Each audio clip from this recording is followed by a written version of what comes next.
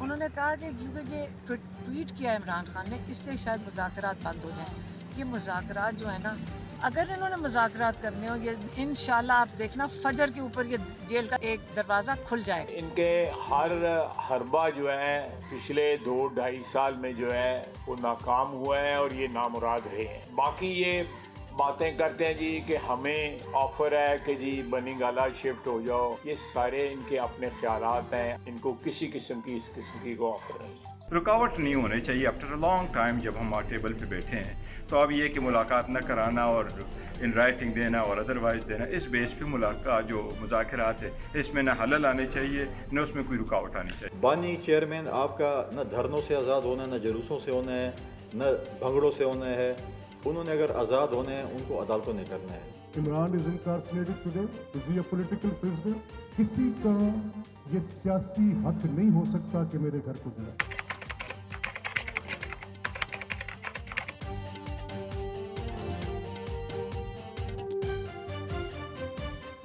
2025 जो है वो जमहूरियत कितनी मजबूत होगी, मीडिया कितना मजबूत होगा, ये बातें बड़ी इंपॉर्टेंट हैं।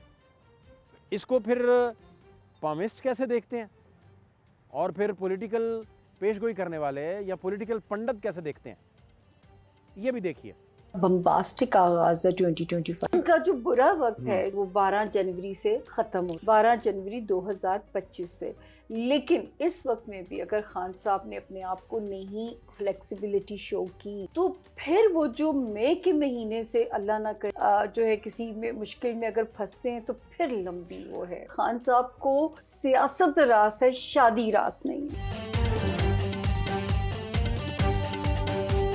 पाकिस्तान के बहुत बड़े पामिस्ट हैं सादिक मलिक साहब, उनके पास चलते हैं। और वो इमरान खान साहब का हाथ भी देख चुके हैं, जनरल फैज़ का हाथ भी देख चुके हैं, नवाज शरीफ साहब का हाथ भी देख चुके हैं, मरियम बीबी के हाथ पर भी उन्हें दस्तरस हासिल है। तो बहुत सारी बातें वो बताते हैं, समझाते हैं। तो जब पॉलिटिकली बात समझ नहीं आ रही तो फिर हमें जो लोग इस चीज़ का इल्म रखते हैं और एक्सपर्ट हैं इस काम के, शोहरत याफ्ता हैं, इस काम के माहिर हैं, तो फिर हम सादिक मलिक साहब के पास चलते हैं। उन्हीं से जानते हैं कि 2025 को वो किस तरह डिफाइन करेंगे।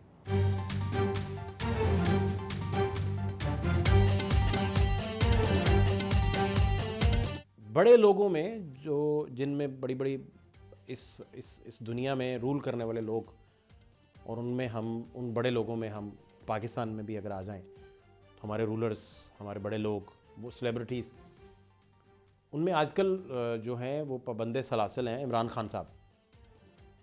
तो उनके हाथ का जो आपने हैंड प्रिंट जो आपने देखा और उसकी प्रेडिक्शंस भी की, वो मैं कुछ आपसे अभी स्टार्ट में जानना चाह रहा हूँ, वो क्या है? मेरी खान साहब से मुलाकात 1996 में मेरे एक दोस्त मियां शफीक साहब ने करवाई। उस वक्त मैं सिर्फ़ और सिर्फ कैरों की पामिस्ट्री पढ़ता था और इसके अलावा और कोई चीज़ भी मुयस्सर नहीं थी मार्केट में, इसलिए कि जो 300 साल पहले लॉज बने थे उन्हीं को पढ़ने के बाद खान साहब के हाथ पर बनता था लफ्ज़ किंग मेकर। मैंने लफ्ज़ किंग मेकर का इस्तेमाल किया और इसी को मैं जब आगे लेकर बढ़ा हूँ तो मेरी फील्ड के जितने भी लोग थे सब ने लफ्ज़ किंग मेकर ही इस्तेमाल करना शुरू कर दी।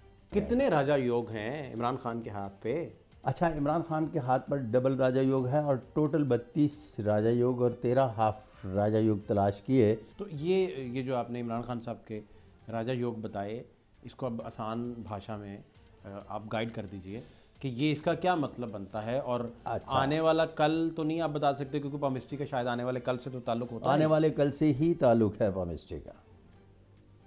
अच्छा, ठीक है, यानी कि ये इसने कल का बताना है। इससे आने वाले कल का, गुजरे हुए पल का, और जिस पल में आप ज़िंदा हैं वो एक सांस लेने वाला पल है, उसके बारे में कुछ नहीं बताना सिर्फ।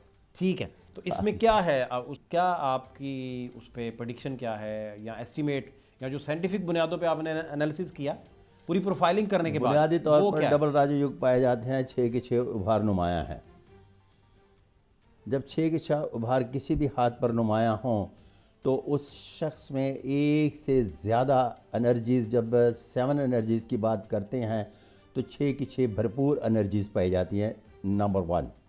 नंबर 2, माउंट ऑफ जुपिटर पर मून का निशान बड़ा ज़बरदस्त किस्म का चांद बना हुआ है, जो राजा योग की अलामत है, और जिसके हाथ पर हो और उभार उसको सपोर्ट करते हों तो वो जिस भी फील्ड में जाए उस फील्ड को रन करता है और उसका सरबराह बनता है। नहीं तो अभी वो दोबारा इक़्तिदार में आ सकते हैं? वो जहाँ जहाँ भी, अब ये बड़ा खूबसूरत सवाल है कि जब दोबारा इक़्तिदार की लफ्ज़ इस्तेमाल करते हैं तो हाथ पर एक लफ्ज़ है कॉम्बिनेशन बनाकर फिर आगे बढ़ा जा सकता है। यूँ करके जब आप मुकद्दर की लकीर देखेंगे जो दूसरी उंगली के नीचे पाई जाती है, तीसरी उंगली के नीचे शोहरत की लकीर है बेसिकली, तीसरी उंगली के नीचे शोहरत की लकीर जिसे सनलाइन कहते हैं, इनका जहाँ जहाँ कॉम्बिनेशन बनेगा वहाँ वहाँ इक़्तिदार मिलेगा। जहाँ इसका कॉम्बिनेशन ख़राब होगा वहाँ वहाँ मुकदमात। अगर ये मुकद्दर की लकीर बिगड़ जाए तो राजा योग के होते हुए भी हुक्मरानों को जेल जाना पड़ता है। वला अलबिस्सा।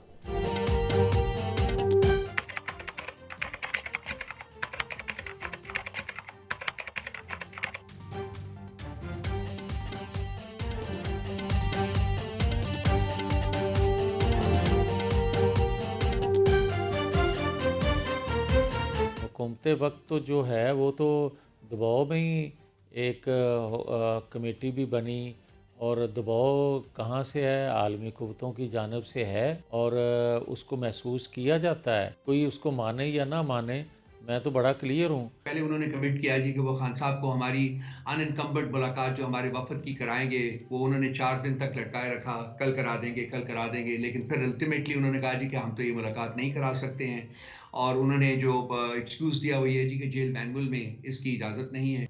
दस्त शनासी में जो अलामात हैं हाथों पर वो बड़ी इंपॉर्टेंट हैं, लेकिन जो पॉलिटिकल सिनेरियो बन रहा है वो भी बड़ा इंपॉर्टेंट है।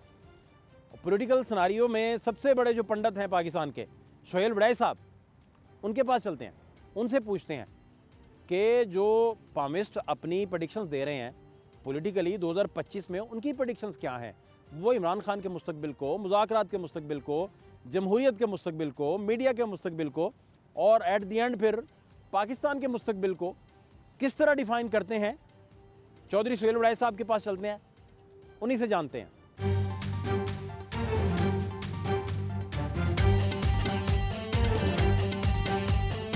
2025 है सर, तो इसमें तो मुज़ाकरात को लेकर प्रेडिक्शन आपकी चाहिए।